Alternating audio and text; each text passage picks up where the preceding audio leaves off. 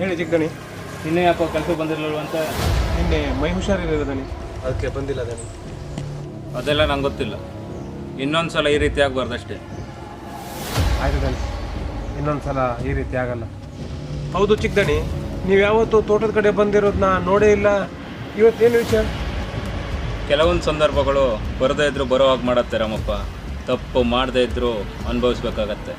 ಎಲ್ಲಕ್ಕಿಂತ ಹೆಚ್ಚಾಗಿ ನಾನು ಯಾಕೆ ಬಂದಿರ್ಬೋದು ಅಂತ ನಿನಗೆ ಚೆನ್ನಾಗಿ ಗೊತ್ತಲ್ಲ. ನೋಡ್ರಮ್ಮಪ್ಪ, ಇದೇ ಕೊನೆ ಸಲ. ಆಗಲೇ 3 ಸಲ ಹೇಳಿದ್ದೀನಿ. ಏನು ಮಾಡ್ತೀವಿ ನಂಗೆ ಗೊತ್ತಿಲ್ಲ. ನಿನ್ನ 10 ಎಕರೆ ಜಮೀನು ನನ್ನ ಹೆಸರಿಗೆ ಆಗಬೇಕು. ನಿಮಗೆ ಕೈ ಬೇಕಾದರೂ ಮುಗಿತೀನಿ. ನಮ್ಮ ಅಪ್ಪ ಅಮ್ಮ ನನಗೆ ಅಂತ ಕೊಟ್ಟಿರೋ ಜಮೀನು ಅದು, ಅದನ್ನಾದರೂ ಬಿಟ್ಬಿಡಿದಣಿ. ನಿನ್ನ ಹತ್ರ ಜಾಸ್ತಿ ಮಾತಾಡುವಷ್ಟು ಟೈಮು ನನಗಿಲ್ಲ. ಆದರೆ ಆ 10 ಎಕರೆ ಜಮೀನು ನನ್ನ ಹೆಸರಿಗೆ ಆಗಬೇಕು ಅಷ್ಟೇ.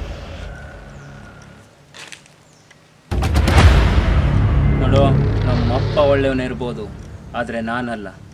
ನೆನ್ಪಿಟ್ಕೊ.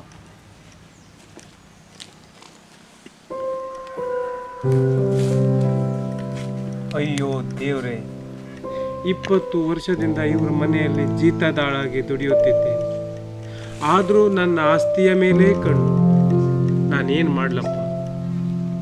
ನನ್ನ ಗೋಳನ್ನು ಕೇಳೋರು ಯಾರೂ ಇಲ್ವಾ? ಹಾಂ, ಇದ್ದಾರೆ. ನಮ್ಮ ದೊಡ್ಡ ದಣಿಯವ್ರ ಹತ್ರ ಮಾತಾಡ್ತೀನಿ. ಅವ್ರೇನಾದರೂ ಪರಿಹಾರ ಕೊಡಬಹುದು.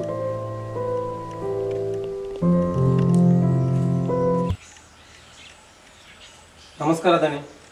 ಹಾಂ ರಾಮಪ್ಪ, ನಿಮ್ಮ ಹತ್ರ ಒಂದು ಸ್ವಲ್ಪ ಮಾತಾಡಬೇಕಾಗಿತ್ತು ದಣಿ. ಹೇಳಿ ರಾಮಪ್ಪ.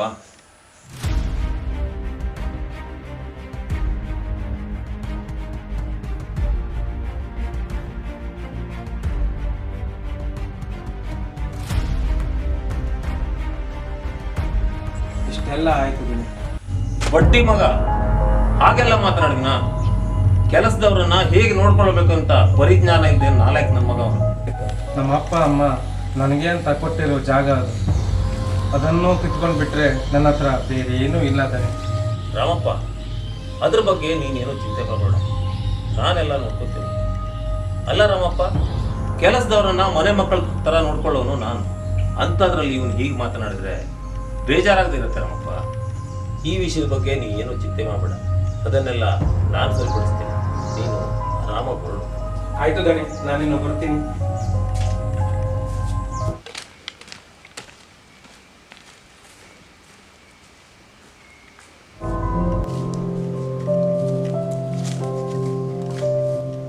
ಏನು ನೀನು ಬಂದಿದ್ದೀಯಾ? ಕಾಲೇಜಿಗೆ ಹೋಗಿಲ್ವಾ? ಅಮ್ಮ ಎಲ್ಲಿ? ಇಲ್ಲಪ್ಪ, ಅಮ್ಮನಿಗೆ ಮೈ ಹುಷಾರಿರಲಿಲ್ಲ, ಅದಕ್ಕೆ ನಾನೇ ಬಂದೆ.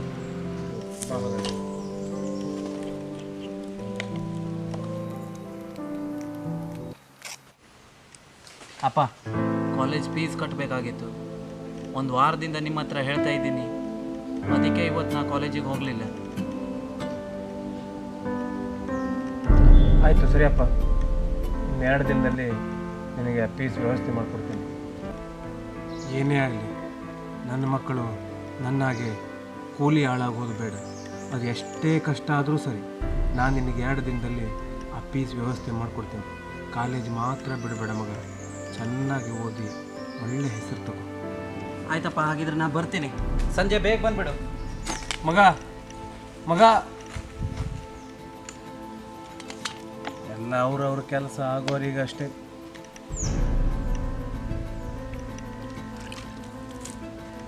ಅವ್ರು ನೋಡಿದರೆ ನನ್ನ ಜಮೀನೇ ಬೇಕಂತ, ಇವನು ನೋಡಿದರೆ ಇವನು ಹೀಗೆ ಮಾಡ್ತಾನೆ. ನನ್ನನ್ನು ಅರ್ಥ ಮಾಡ್ಕೊಳ್ಳೋರು ಯಾರೂ ಇಲ್ಲ. ನಾವೊಬ್ಬನೇ ಎಷ್ಟಂತೇಳಿ ಹೋರಾಡಿ. ನಮ್ಮ ಅಪ್ಪ ಮಾಡಿದ ತಪ್ಪಿಗೆ ನಾನು ಜೀತದಾಳಾಗಿ ಇನ್ನೂವರೆಗೂ ನಮ್ಮ ದಣಿ ಮನೆಯಲ್ಲಿ ಕೆಲಸ ಮಾಡ್ತಾಯಿದ್ದೀನಿ.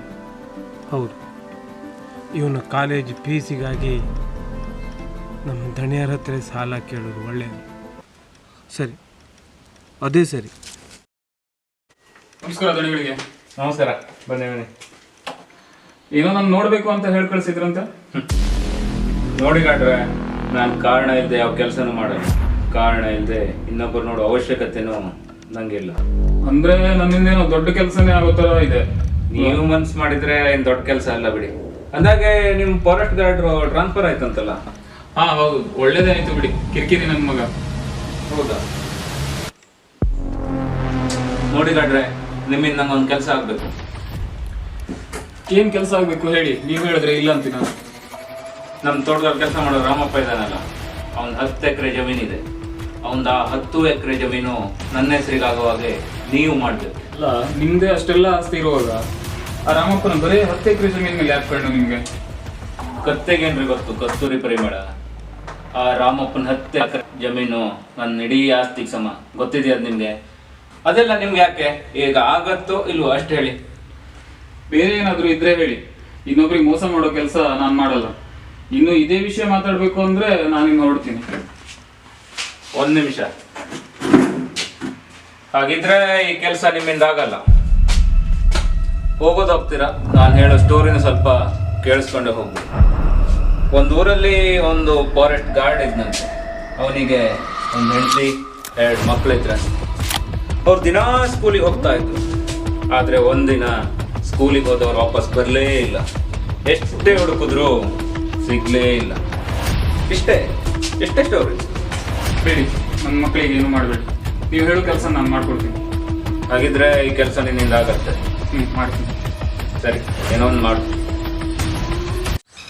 ಈ ಸಾರಿ ಒಳ್ಳೆ ಬೆಳೆ ಬಂದಿದೆ. ಇದನ್ನೆಲ್ಲ ಪೇಟೆ ತಗೊಂಡೋಗಿ ಮಾರಿ ನನ್ನ ಸಾಲನೆಲ್ಲ ತೀರಿಸಿ ಋಣಮುಕ್ತನಾಗ್ಬಿಡ್ತೀನಪ್ಪ. ದೇವ್ರೆ, ಒಳ್ಳೆ ಬೆಲೆ ಸಿಗುವಾಗ ಮಾಡಪ್ಪ ತಂದೆ. ಇಷ್ಟೆಲ್ಲ ಆಗಿಬಿಟ್ರೆ ನನ್ನ ಸಾಲ ಎಲ್ಲ ತೀರೋಗ್ಬಿಡತ್ತೆ.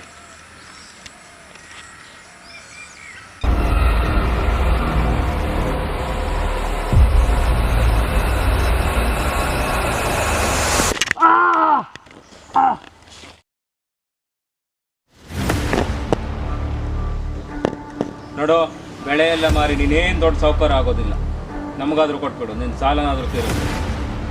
ಸಹಾಯ ಮಾಡ್ತೀನಂತೇಳಿ ಬಂದ ಆ ಗಾರ್ಡ್ರು 1 ತಿಂಗಳಿಂದ ಪತ್ತೆನೇ ಇಲ್ಲ. ನಂಬಿಸಿ ಮೋಸ ಮಾಡಿಬಿಟ್ಟು ಮನೆಯಲ್ಲಿ ಮಗನಿಗೆ ಹುಷಾರಿಲ್ಲ. ಆಸ್ಪತ್ರೆಗೆ ಹೋಗೋಣ ಅಂತಂದರೆ ದುಡ್ಡೂ ಇಲ್ಲ. ಕಟಾವಿಗೆ ಬಂದಂಥ ಬೆಳೆನ ಮಾರಿ ಸಾಲ ತೀರಿಸಬೇಕು ಅಂತಿದ್ದೆ. ಅದು ಸಹಿತ ದಣಿಗಳ ಪಾಲಾಗೋಯ್ತು. ನನ್ನಂಥ ಬಡ ರೈತ ಇಂಥ ಸಮಾಜದಲ್ಲಿ ಈ ರಣಹದ್ದುಗಳ ಮಧ್ಯೆ ಬದುಕಿ ಏನು ಸಾಧನೆ ಮಾಡಲಿಕ್ಕಿದೆ?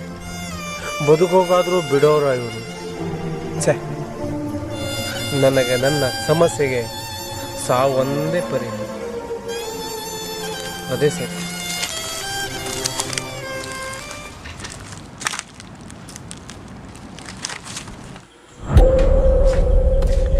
ಅಪ್ಪ, ವಿಷಯ ಗೊತ್ತಾಯ್ತಾ? ಯಾಕೋ, ಏನಾಯ್ತು? 1 ವಾರದಿಂದ ಫಾರೆಸ್ಟ್ ಗಾರ್ಡ್ ಕಾಣಿಸ್ತಾ ಇಲ್ಲ ಅಂತ ಹುಡುಕ್ತಾ ಇದ್ರಲ್ಲ, ಅವ್ರು ಕೊಲೆ ಆಗಿದೆ ಅಂತಪ್ಪ. ಹೌದಾ? ಅಲ್ಲಪ್ಪ, ನಾ ಇಷ್ಟು ಸೀರಿಯಸ್ ವಿಷಯ ಮಾತಾಡ್ತಿದ್ದೀನಿ, ನೀನು ನೋಡ್ರೆ ಏನೂ ಆಗೇ ಇಲ್ಲ ಅನ್ನೋ ಥರ ಇದ್ದೀರಾ. ಅಲ್ಲ, 1 ವಾರದಿಂದ ನಡೆದ ವಿಷಯವನ್ನ ಇವತ್ತು ಬಂದು ನನ್ನ ಹತ್ರ ಹೇಳಿದ್ರೆ ಹಾಗೆ ಆಡಿದ್ರೆ ಇನ್ನೇನು ಮಾಡಲು? ಅಂದ್ರೆ ಈ ವಿಷಯ ನಿಮಗೆ 1 ವಾರದ ಮುಂದೆ ಗೊತ್ತಿತ್ತ? ಗೊತ್ತಿರೋದೇನು, ಅವನನ್ನು ಕೊಂದಿದ್ದೇ ನಾನು. ನೀನು ಗಾರ್ಡ್ ಅನ್ಕೊಂಡಿದ್ದು ನೀವ? ಆವತ್ತು ನೀನು ಮತ್ತು ಗಾರ್ಡ್ ಮಾತನಾಡೋದನ್ನ ನಾನು ಕೇಳಿಸ್ಕೊಂಡಿದ್ದೆ. ಆವತ್ತಿನಿಂದಲೇ ಅವನ ಮೇಲೆ ಒಂದು ಕಣ್ಣಿಟ್ಟಿದ್ದೆ. ರಾಮಪ್ಪನ ಆಸ್ತಿನಲ್ಲ ತನ್ನ ಹೆಸರಿಗೆ ಬರ್ಕೊಂಡು ಈ ಊರನ್ನೇ ಬಿಡಬೇಕು ಅಂತ ಯೋಚನೆಯಲ್ಲಿದ್ದೆ. ಆದರೆ ಆಮೇಲೆ ನಡೆದಿದ್ದೇ ಬೇರೆ. ಒಬ್ಬ ಅಂತೂ ಕೋಟ್ಯಂತರ ರೂಪಾಯಿ ಆಸ್ತಿ ನಂದಾಯ್ತು. ಇನ್ನು ಈ ಊರಲ್ಲಿರೋದೇ ಬೇಡ. ಹೌದು.